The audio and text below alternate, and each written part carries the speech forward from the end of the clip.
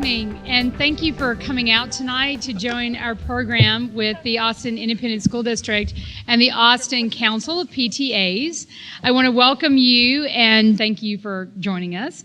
I also appreciate our ACPTA President, Monica Sanchez, who's here in the front, who is one tireless advocate for parents and families in AISD, who I get to work with all year long, and she's a fabulous leader for the organization. So if you haven't met her, I really encourage you to take an opportunity to introduce yourself. But this evening, for your real talk pleasure, we have 4 members of the Travis County delegation, our legislative delegation. Here to my left, we have Senator Kurt Watson, Representative Donna Howard, Representative Mark Strama, and Representative Eddie Rodriguez. And they will offer their insights and answer your questions about the legislative session that's actually already started and will be heating up as the months go on. Their perspectives are particularly valuable now because we are at the beginning of the session, and they are still trying to get an idea of how many issues may play out over the next several months. We're eager to find out what they think or what they know about funding for public education in particular, but there are changes in testing requirements and other issues related to school accountability and matters related to school choice that we believe will be important for the community of Austin. Now, by attending this forum, we know that you're already a believer, and you've shown that you're willing to take time out of your busy schedule to learn more about public education and how we'll fare during the session. I urge you to stay involved and to help us inform others in the community about developments that could have a significant impact on our schools and your family. I hope that you'll speak up and at every opportunity and support public education and be an advocate for our students here in Austin, but also given the plight that we all face in the state of Texas, that you consider all the other districts around our region and our state. And with that, I'll turn the microphone over to our very own Director of Intergovernmental Relations, Edna Butts, who is a very seasoned Capitol worker and is now our great friend and colleague here in the Austin Independent School District. So thank you again for coming out, and we look forward to hearing your incredible insights and your questions, and hopefully you can get the answers you need to go back and be informed and take actions as you see appropriate. Thank you, and good night. Because we have only 1 hour with these very, very busy legislators, we ask the public to submit questions online by January 29th. And members of ACPTA also submitted specific issues of interest to them. So we've combined those questions with those issues. Some of the issues submitted online were not related to legislation. Those that were submitted that are AISD specific will be answered on AISD's website. At the address it's shown at the bottom of your program. And for those who are not here but may view this video later, that address is www.austinisd.org/answers. If there are specific questions regarding legislation or legislative issues that are not addressed tonight, we suggest that you contact your legislator. I know firsthand, having worked there, that these legislators and their staffs are very, very responsive to their constituents. Your program also includes an address where you can find out who your legislator is by typing in your address. Each legislator will have 5 minutes, and if you'd like a reminder, when you have 2 minutes left or 1 minute left, Monica over here will hold up a sign. And then at the end of the program, after the questions, then each legislator will have about 3 minutes to just share any closing thoughts they have with the audience. So I'm going to start with Senator Watson. And this question is about school funding, and there are multiple questions here. So many believe that the legislature will not change the funding formulas until the Texas Supreme Court rules on the school finance lawsuit sometime in 2014. The first question is, do you agree with that time frame? And do you want me to go all 3 and then? Let's go one by one. Okay. So do I agree with the time frame? And yeah, I think that's probably a reasonable time frame. Here's the situation. Just a few blocks from here in downtown at the Travis County Courthouse, there's the school finance lawsuit. which, by the way, is some evidence that those in control of the Capitol aren't doing as well as should be done with regard to education in the state, when so many of the school districts have felt compelled to sue the state, indicating that the funding is not appropriate or adequate. And that's particularly disappointing when you stop and think about it. It's only been since 2006, the last time that the Supreme Court of Texas, through the court, went all the way up to the Supreme Court, but it declared the school financing system unconstitutional. And there was a special session in 2006 that was meant to deal with that. But back to the time frame. Today, it's my understanding, Judge Dietz, the district court judge, ended the evidence in that case. It is anticipated that on Monday he will issue a ruling from the bench. It is inevitable. Whoever loses, and there's a lot of whoever's in that, a lot of different folks, but whoever loses will appeal that to the Texas Supreme Court, and that could be as late as the fall before we ever have a complete ruling on that, which could mean that we would find ourselves in a special session at that point in time. Probably will. You are hearing a number of people say that we should wait to do certain things in that regard. I frankly think that that's too long, and I think the responsible thing for members of the legislature to do is to start dealing with the issue. It is to do the kinds of things such as restoring cuts from last session.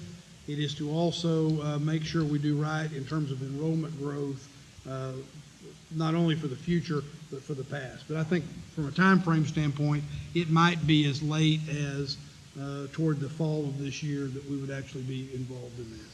And do you believe there's a chance that, given that scenario, but that there's a chance the legislature may fund the grant programs, such as full-day pre-K, funding for teacher excellence, or the Student Success Initiative to help those students who are struggling academically? I certainly hope that we do that.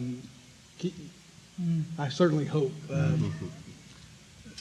But let's deal with political reality.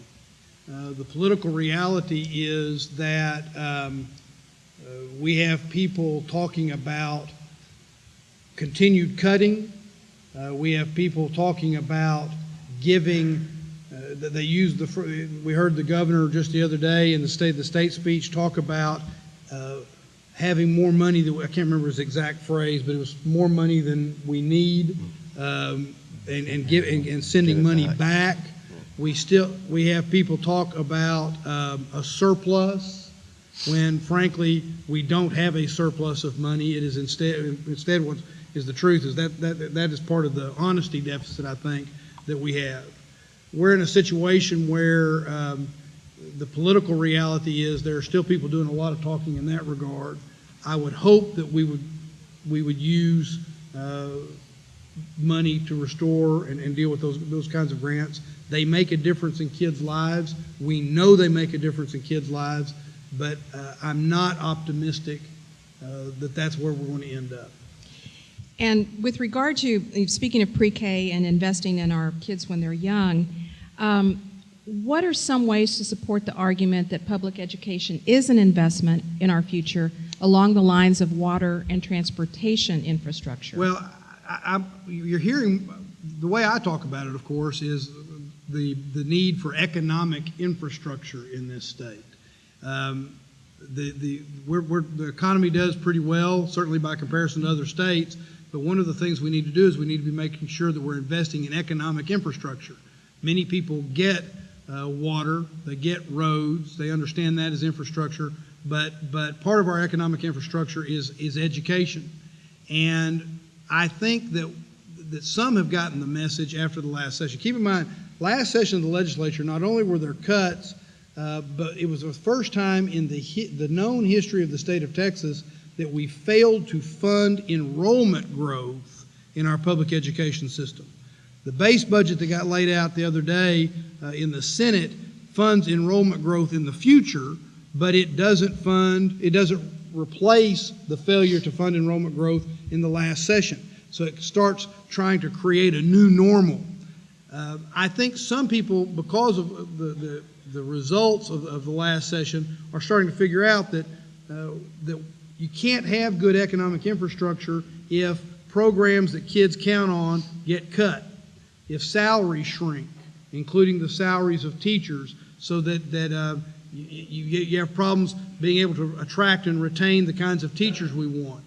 People are starting to realize, I think, and we need to continue to make the argument that you don't have the economic infrastructure you need, particularly as it pertains to education, when more kids are getting packed into classrooms and it degrades their ability to learn. And of course, things like the grants programs. I think we have to point out every chance we get that it's about the economic infrastructure of our state and the workers and employers that we're going to rely on in the future. There are kids that we're shortchanging right now. Okay, thank you. Representative Rodriguez, moving on to safety and security. Since the tragedy in Sandy Hook, there's been much discussion and concern about safety in our schools. There was a Senate hearing on it earlier this week. What, if anything, do you think the legislature may do regarding school safety? Well, what I think the legislature may do isn't necessarily the best ideas of what I've seen out there right now. There's a lot of talk about actually arming teachers, arming people in administration, and I mean, personally, I just don't think that's where we need to go. I haven't talked to a single administrator, teacher, superintendent that thinks that that's a really good idea, but that seems to be a lot of where the focus has been. Texas is known as a gun rights state, and no one would question that we have a constitutional right to bear arms, but I do think that currently in place we have some limitations on where you can have weapons like that, and right now schools are one of those places where you can't. I think we'd go down a really slippery slope if we go that direction and allow some folks to carry arms on campus. There is also some other bills in place that would help fund security on campus, more professional type security on campus. I mean, that's a possibility. There is a price tag to that as well. But where I think we should be focusing on at every level is mental health, and I think we can all agree that these tragedies that have happened, the common thread there are young people that had mental illness and mental problems, that if detected earlier, treatment could have been, they could have had some treatment and then maybe prevented these kinds of tragedies. And I haven't seen a tremendous amount of legislation on that quite yet, and I think we need to be looking at that more of a long-term solution to safety in our schools. I just don't believe that more guns is the answer. That's my bottom line. Do you think if the legislature does pass something that they will allow school districts to maintain local control and let the local school districts decide whether they're going to have teachers carry guns? Yeah, I mean, local control is is a word is a term that's used a lot in the legislature. It's usually a term of convenience for the most part. But I think in this case, I think if something does pass, and I don't know if that's something that's going to necessarily pass, and don't get me wrong, but if you do have something like that, I think that the schools will have the decision to make on their own whether they want to allow that to happen. And then there was some testimony on Monday at the committee hearing regarding school safety. There were some rural school districts that testified that allow their teachers to carry guns, and there's some concern that perhaps there's not sufficient training for those teachers and administrators on on using those weapons in that environment. Yeah. Do you believe that if legislation is considered and passed to allow teachers and administrators to carry guns, that that legislation would or should also require more training than is required for a concealed handgun license? Yeah, I would say so. I just hate that we're even talking about this, to be honest with you. It's just such a frustrating thing to even talk about. But yeah, I would think that you would allow for more training on that. There's actually a bill that's filed in the House that actually would cut the number of hours for training from 10 to 4 by a colleague of mine from the Houston area. So that's completely wrong direction that we need to be going if we're talking about the bigger picture of guns, and much less if you're talking about teachers and administrators in where our children are at school. So yeah, I mean, in the nightmare situation where that is allowed, then certainly, you know, more training I think should be required at a minimum. Thank you. Representative Strama. So we had someone named Christy submitted a great question regarding our accountability system, and it was quite detailed. I think Christy must be a teacher because she's thought a lot about this. And I'm paraphrasing what she, so sort of the lead up to the questions. The language of the test assumes kids speak the same language and develop the same when there is great variation depending on culture, gender, economic status, whether they are readers, listeners, tactile, or social learners. These tests provide skewed data, which is a problem when trying to identify what really needs to be taught or what programs are needed in our public schools. And so one of the questions is, what is the goal of our standardized tests, and what exactly are we trying to measure? Do you see the legislature addressing the accountability piece that is placing less emphasis on the test results and looking at other factors in holding schools accountable? I think this will be one of the biggest issues that the legislature actually does address this session. I think it's going to be more than talk this session.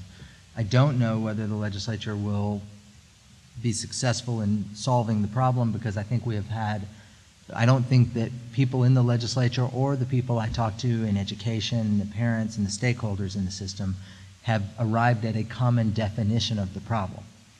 I will say this. The worst thing about the accountability system is that it causes every teacher, every administrator, every trustee, every parent, and every kid to wake up every morning and go to bed every night thinking about how they're going to pass that test. And the best thing about the accountability system is that it causes every teacher, every parent, every trustee, every administrator, and every kid to wake up every morning and go to bed at night thinking about how to pass the test. How can that be?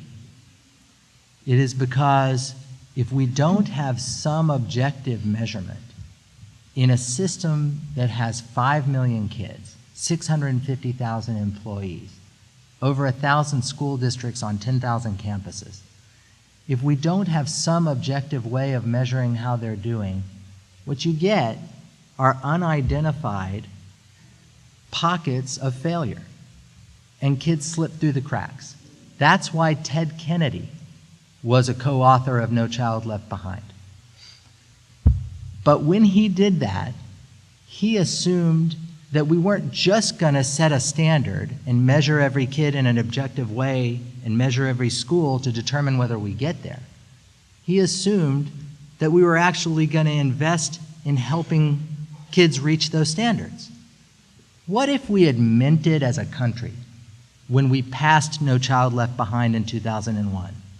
What if we had said, not just by 2014, every student will be reading and ciphering at grade level?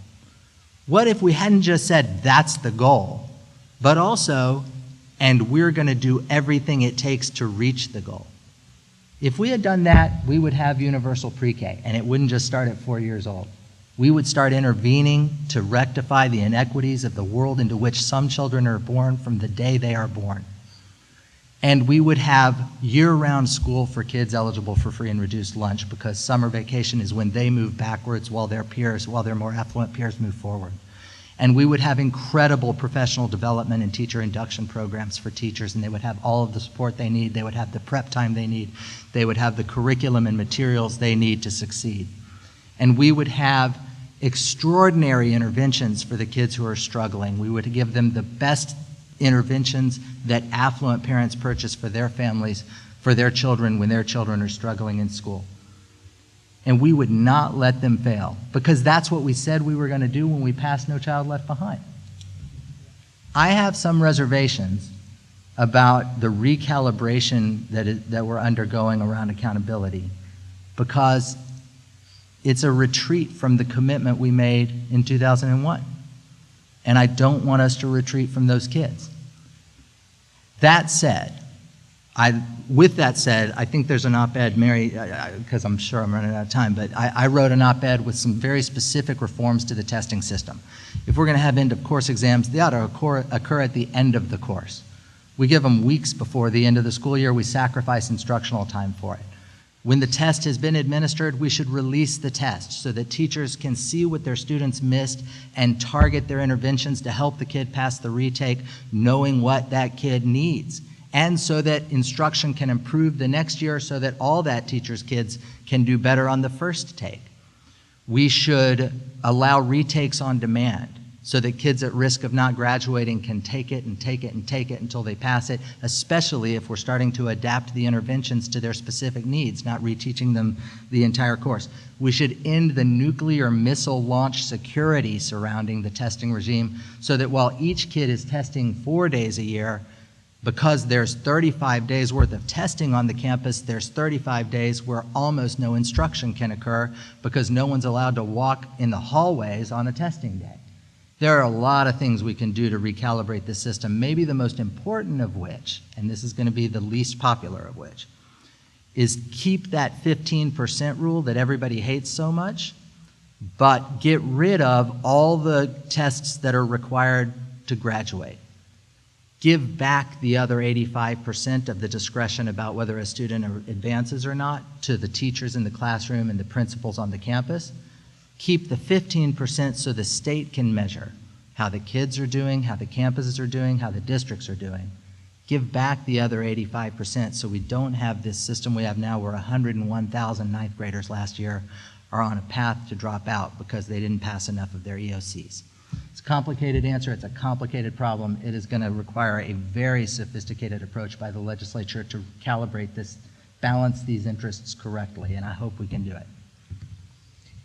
Representative Howard, this is regarding vouchers, school choice, whatever term people are using to describe this.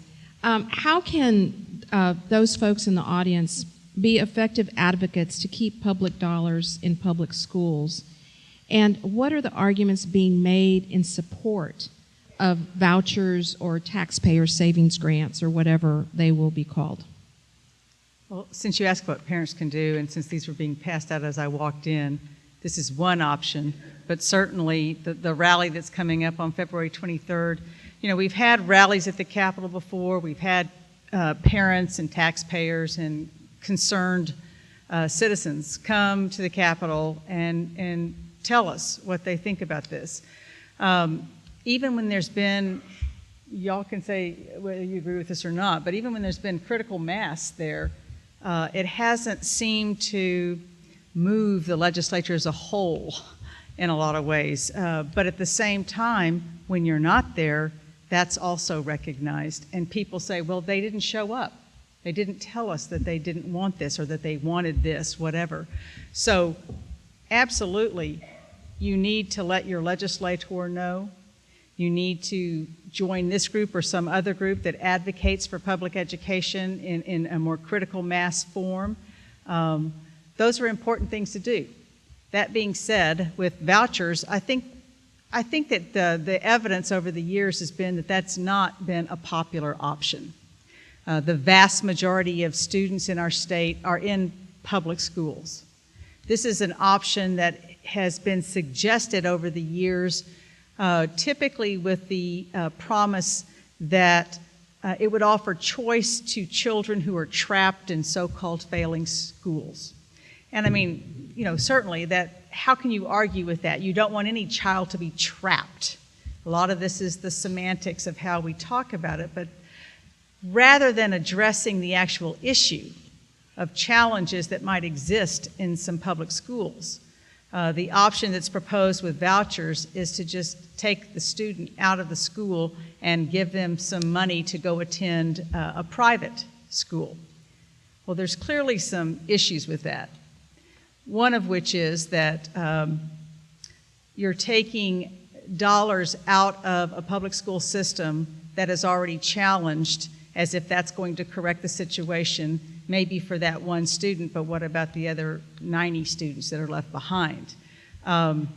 There's no accountability attached to this. You're not going to be requiring private schools to take the same kind of accountability, be a part of the same kind of accountability system that you're requiring of public schools. So you're essentially saying it's okay to divert tax dollars to a private enterprise without any kind of accountability to the taxpayer. The private schools have no requirements that they have to admit any student.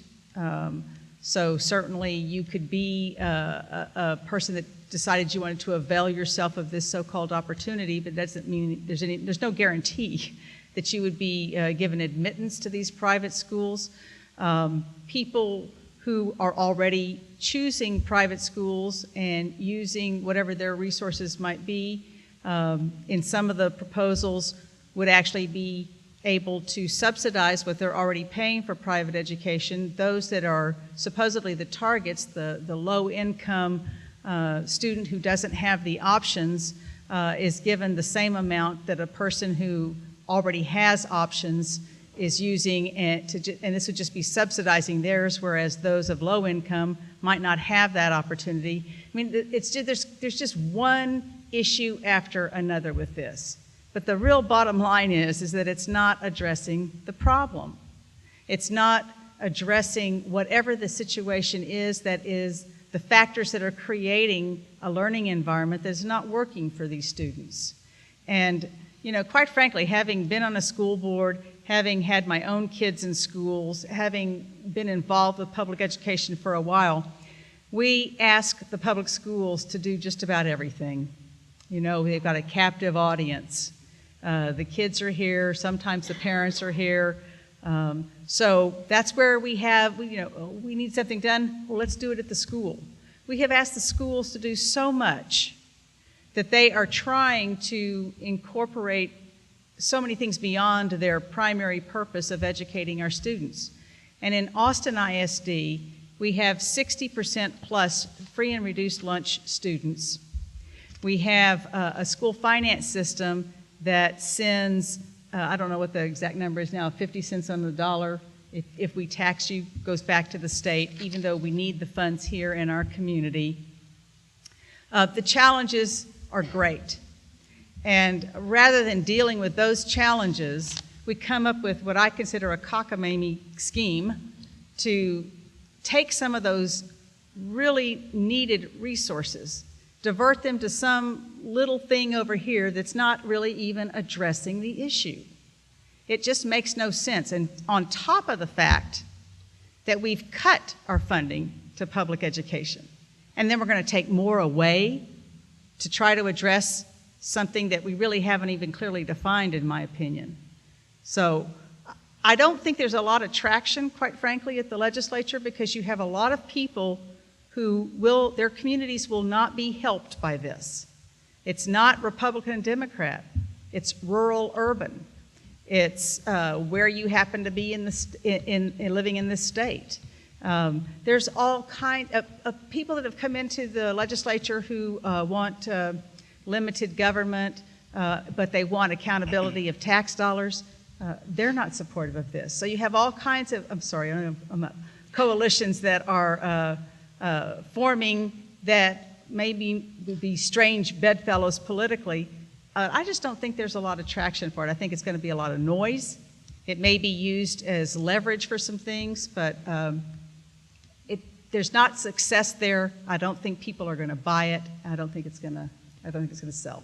I'm going to deviate just a little bit and follow up with Senator Watson on what Representative Howard was saying. And I've heard a lot of people say that, you know, it used to be the Senate used to be the chamber that stopped bad legislation, so-called bad legislation. And on this issue in particular, that may not be the case. What do you think?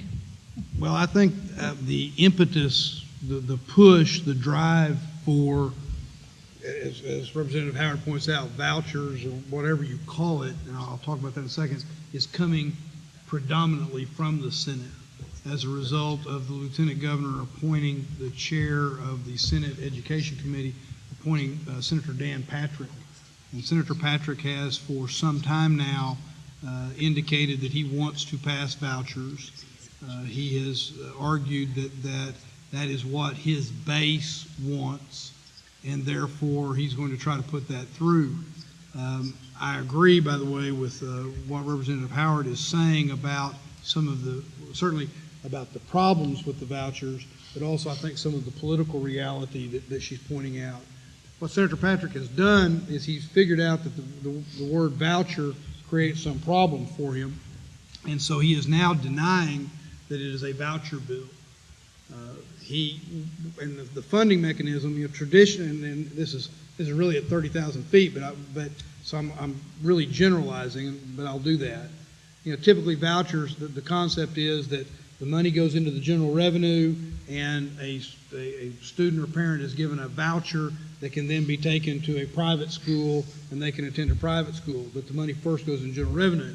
In order to avoid that more traditional definition, the proposal that we have heard, although we have still not seen a bill, and that's very important, but the proposal that we have heard is let's give a tax break to corporations if they will give scholarships, a tax break of up to 25% of their business, the state business tax, if they will create a scholarship for students to attend a private school.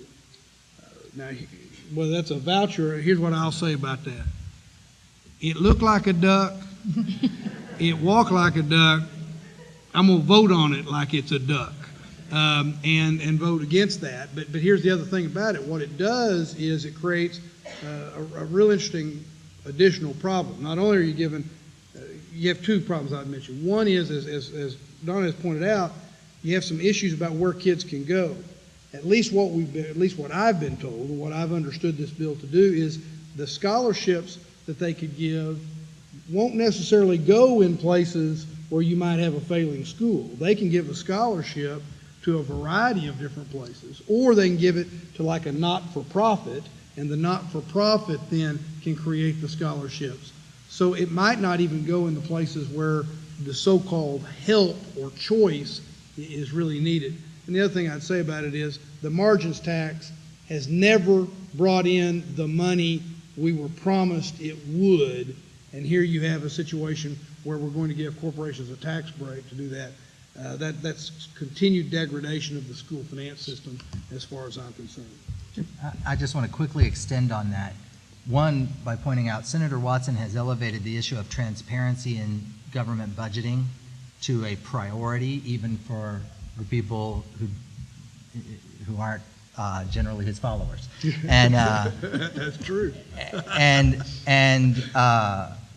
and as you described it, it occurred to me that the other reason, it's also another diversion, right? If you take 25% of some companies' franchise tax payments and divert them, you're hiding them from the budget, and you're making the budget more opaque. I mean, everything about it is wrong.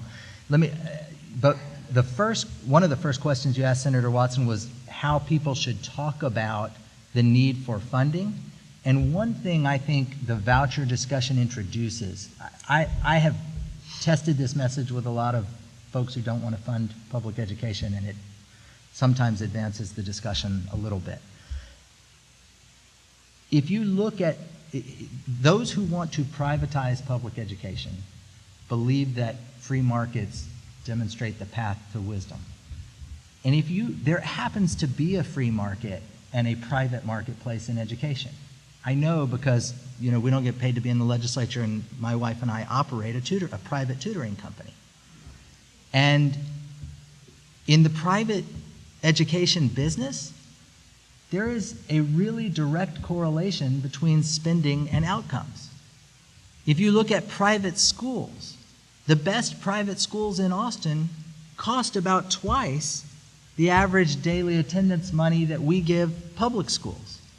And that's to educate kids who come from families that can afford $20,000 a year tuition, which is a much less challenging educational proposition, those of you who are teachers can attest. And so we ask the public schools to do a more challenging job with half the money that the best private schools collect from their customers. Those who believe that privatizing the public school system is the solution can't reconcile that with their notion that doing so is going to reduce education spending. If the private marketplace in education proves anything, it is that we're not spending enough to get the results that we've said we want to get in our accountability standards. So I just to the earlier question of how to talk about it to those who, because you're talking to a panel full of people who would fund it, but but we don't speak for the whole legislature. Representative Rodriguez, and I'm going to ask all of you to comment on this series of questions, and this is regarding curriculum, the 4x4, career technical education. What should the legislature do to help school districts provide different paths to graduation for students who may not fit the, quote, typical student mold? And I'm going to also, I've run into a couple of friends who are in the higher education field, and two of you are on higher education committees. There's some concern that providing a different track, a different diploma track, that is having the foundation courses for a diploma, and then allowing students to choose the endorsements, whether they want to be go in the STEM fields, the humanities field, social studies, whatever, that may actually sort of dumb down, lower the standards that children need to be ready for higher education, and that this may actually lead to tracking students. Right. So that's a lot in one question. sorry, But it's okay. You can choose whichever part you want to answer. You know, it's interesting because this has become a really bipartisan issue in terms of, and I'm going to use Senator Watson's term, economic infrastructure, which is what education is, and I think everyone on this panel believes that. And I think a lot of people on the other side, well, we're all Democrat, on the Republican side also believe the same thing. The speaker mentioned it in his speech when he was reelected. The governor mentioned it when he talked to us that same day, and the lieutenant governor had mentioned that workforce type, those issues as it deals with education. So it's a really, I guess, for lack of a better way of saying, it's a really hot issue right now. And so there's a lot to your question, but I just want to talk a little bit. The tracking part is a kind of a tricky aspect to it, because for those of you who don't know, I mean, tracking, historically had been back 30, 40 years ago, or maybe even more recent than that, actually.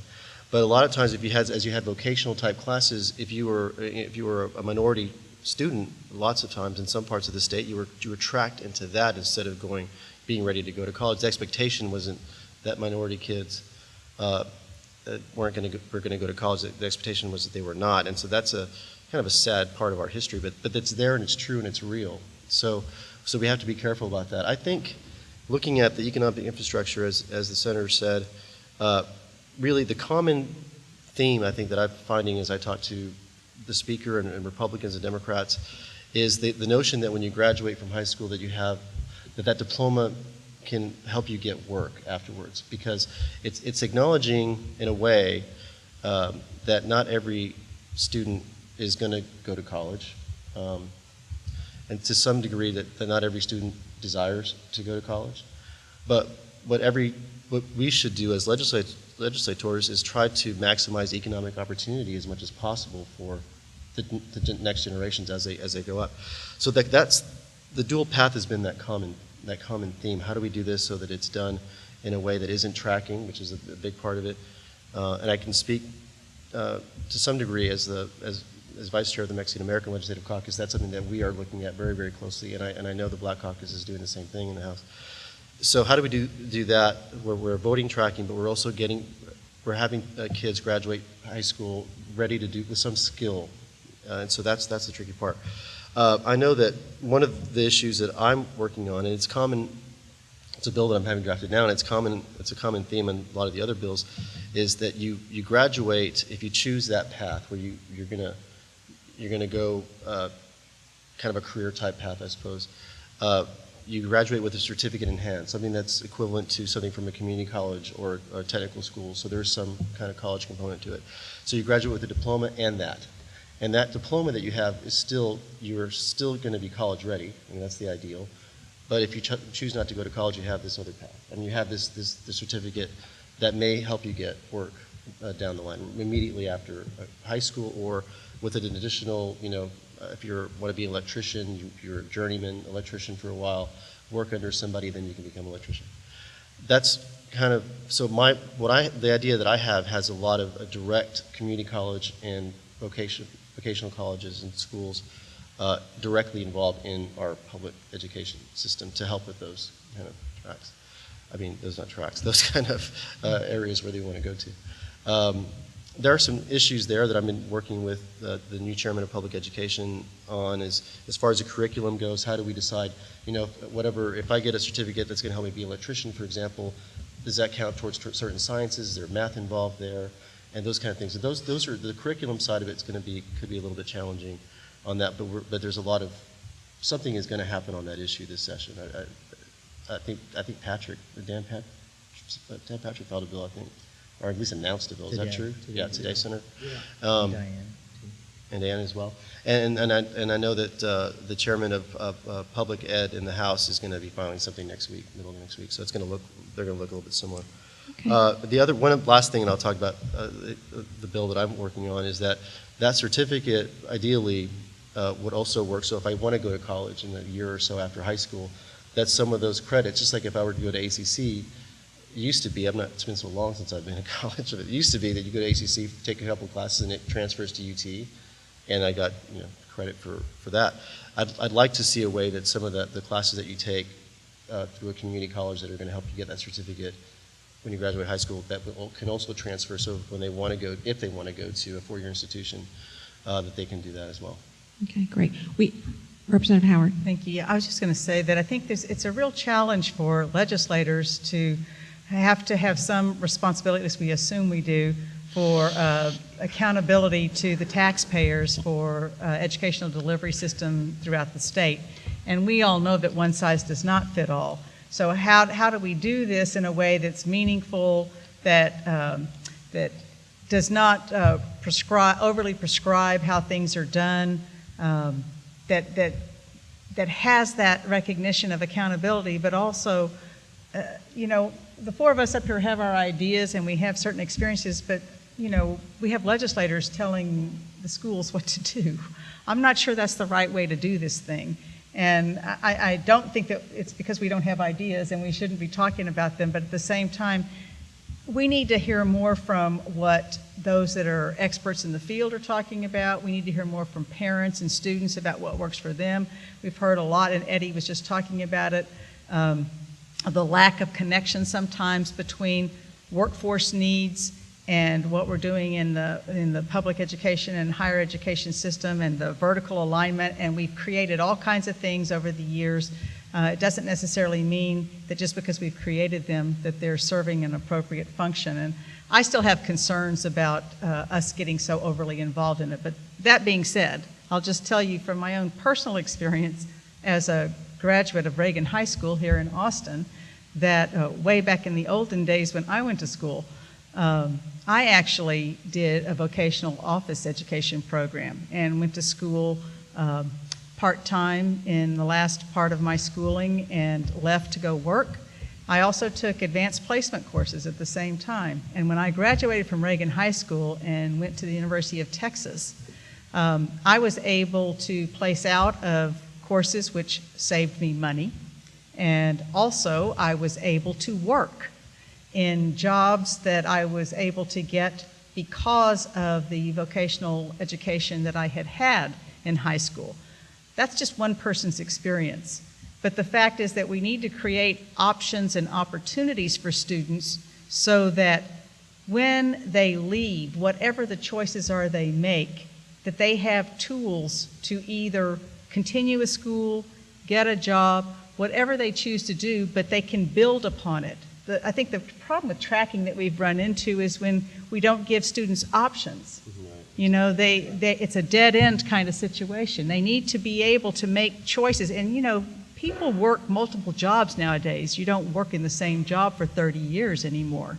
So they may choose to do one thing and then decide they want to expand their education. They need to have at least a foundation that allows them to do that. And one last thing, because I know we're running out of time and I want to make sure I have my chance to say it. I also want to make sure that y'all are paying attention to what's going on at the Capitol in terms, read the newspapers, listen to the radio, the television, whatever, but it's going to start moving real fast here.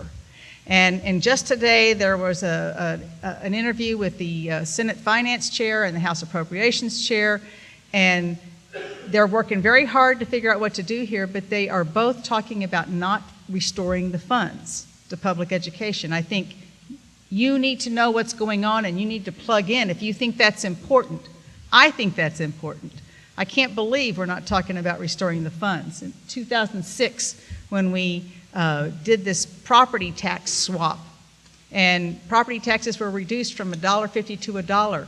It was a huge chunk of change that you didn't notice because property values were going up so much, but it was $14 billion that the state agreed to replace.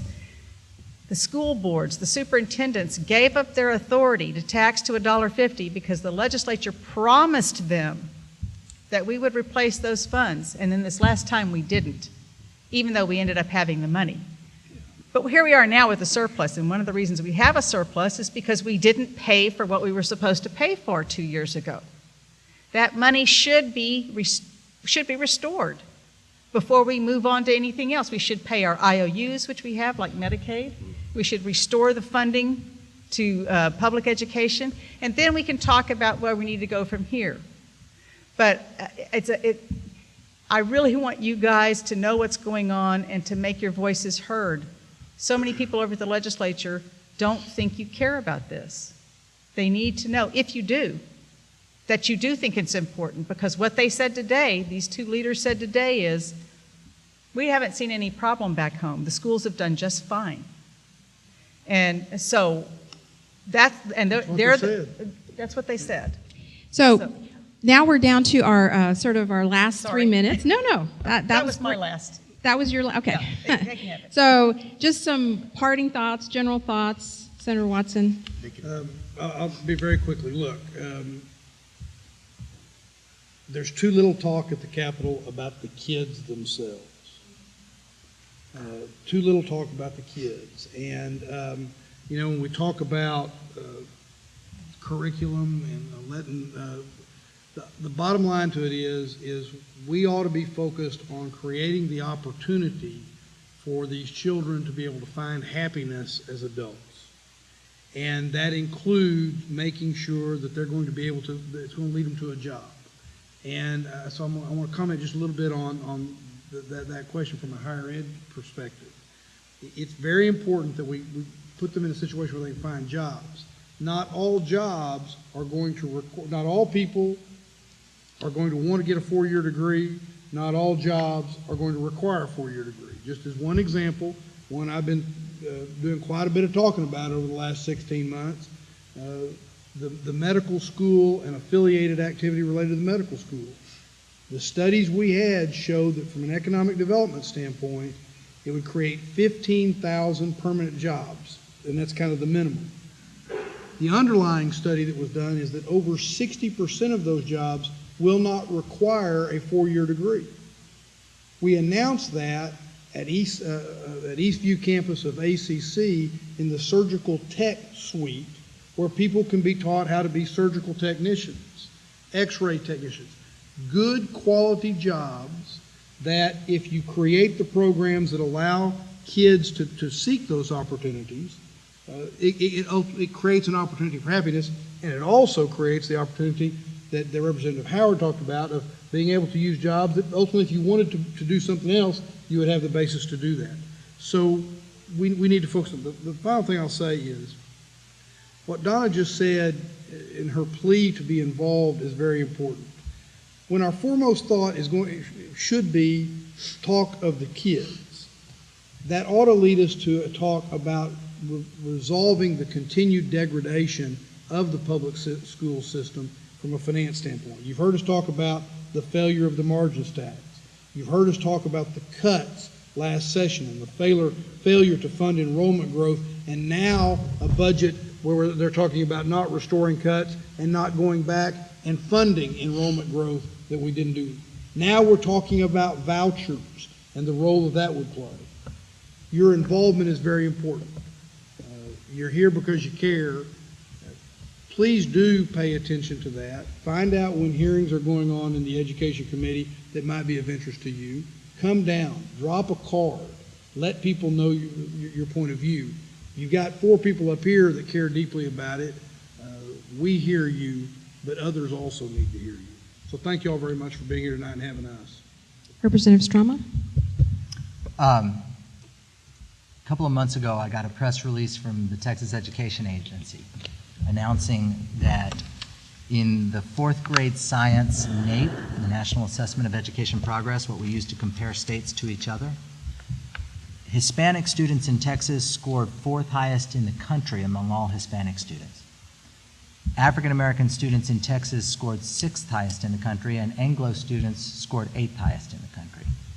And I admit I read that press release with a little bit of surprise, because that sounded a little better than the story I usually hear about the Texas school system. So just to check, I went to the NAEP website to see how Texas ranked overall. You know what we ranked overall? 29th. So I thought, that can't be.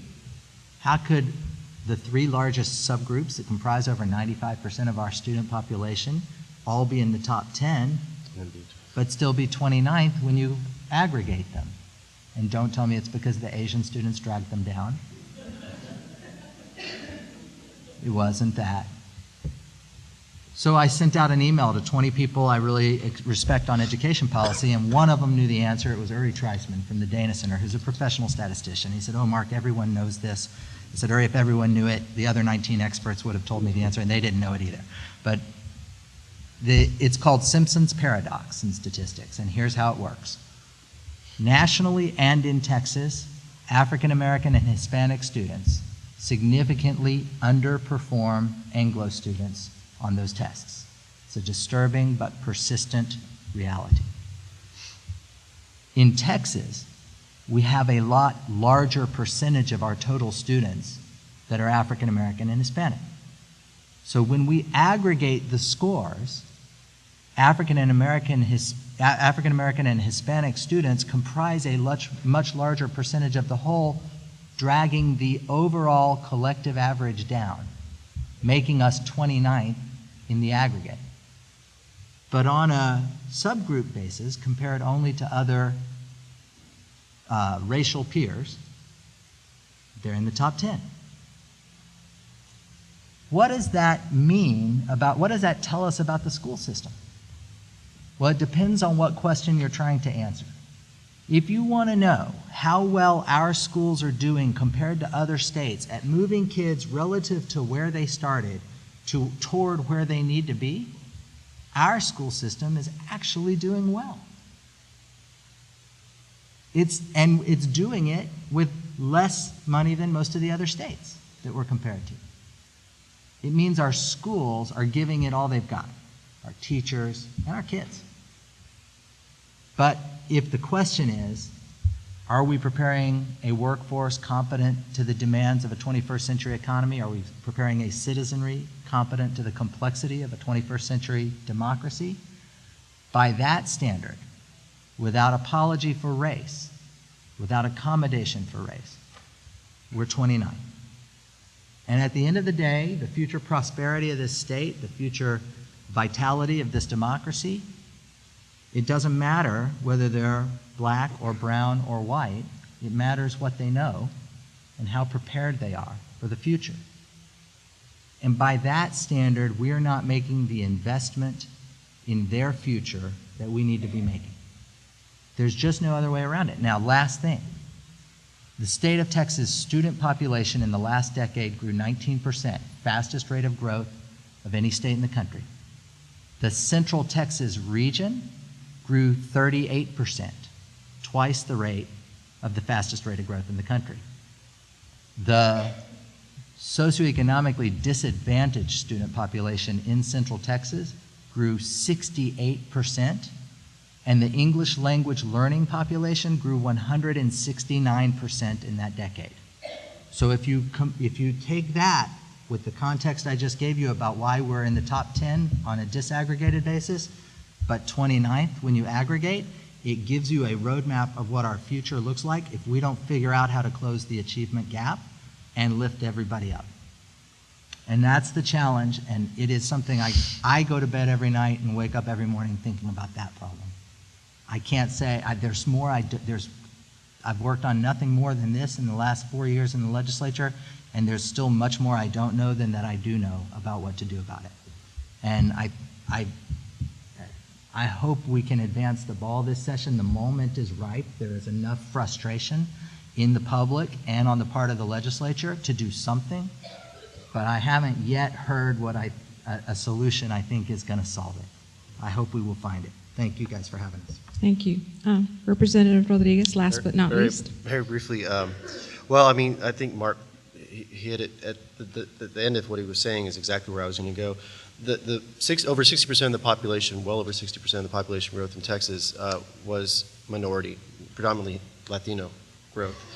And probably, I'm sure that 19% increase in student population in the last 10 years in AISD, or was that Texas over the state? It's bigger for AISD Right. than for the state. Right. 19% for the state was Hispanic, Latino kids. Those are the kids that, and African American kids too as well. Those are the kids that tend to not finish. I mean, if you're just looking at it, if you have dropout rates and everything, those are the kids that tend to not finish high school.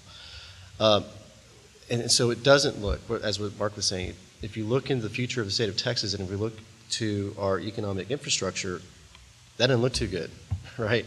At one point in time, a high school diploma really meant, and it still means something, but it really meant something as far as what you can earn and the kind of jobs you can get. Things have just changed over time, and everyone should have their diploma, but at the same time, to really be a part of our economy here, a diverse economy that we have in Texas, kids need to be prepared with skills that they're going to need. And I think that's being discussed on both sides of the aisle here at the Capitol, at every level. I think there's an understanding of what the future of this state could look like if we don't handle, to some degree anyway, I mean, we're talking about some of these bills that just don't make a whole lot of sense, not funding public education, but there is a number of legislators out there that realize that the future of this state is anchored in what our public education system is like. And maybe, just maybe this time we can look at something that's going to deal with the testing question, which is always a really big problem, but also deal with what that diploma means for today's kids. And I think, if we handle it right, we can maybe even work on our dropout rates, because maybe students will be, taking classes that they see there might be job opportunity, economic opportunity for them immediately after high school. So, there's a lot to be done, but I do see some movement this session. I don't know if the answer will come this session or ever, but the attempt is happening right now. And there's a lot of different opinions on that in the House and the Senate and how we want to do that. But the general concept that we need to have a skilled workforce for the future of not only the lives of these students, but also for the future of Texas, is prevalent throughout this session that I've seen so far. And I want to echo what everyone else is saying. Participate. Obviously, you're here. Your participation is critical. And thanks for having us here today, and thanks for listening. Thank you. Please help us thank them.